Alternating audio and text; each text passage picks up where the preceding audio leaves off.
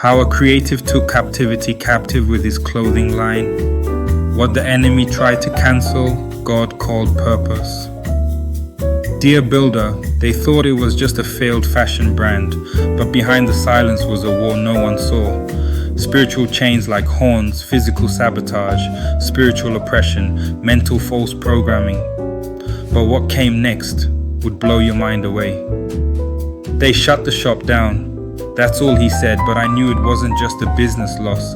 It was a spiritual war. He wasn't just building a brand. He was a young creative, a kingdom-minded fashion entrepreneur breathing life into fabric. Every design was prayed over. Every launch and campaign carried purpose. And now, cancelled.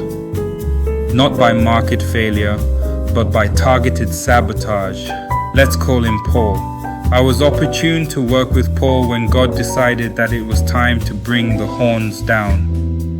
The enemy had terrorized Paul, and God said Zechariah 1:15 NIV, but I am very angry with the nations that feel secure. I was only a little angry, but they went too far with the punishment. Paul told me later, for a second, I really thought about deleting everything. Maybe they were right. Bro, I am tired. Have you had a moment like that, where you knew something was stolen from you on purpose? The enemy had gone too far. Something needed to be done. So I stepped in as God permitted me, ready to be a vessel of restoration. I didn't rush to encourage. I sat with Paul's pain, knowing that sometimes silence is where God begins to speak. I was able to show Paul new pathways to try out, new ideas yet to be explored, new ways of doing things and getting results. Meanwhile, something was being stirred deep within Paul when he realized all of these could have only come from God.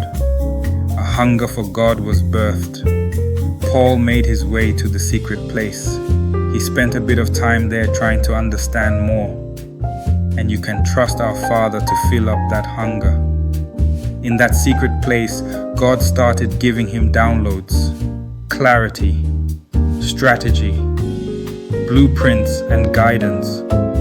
Paul messaged me one night, lit up with vision.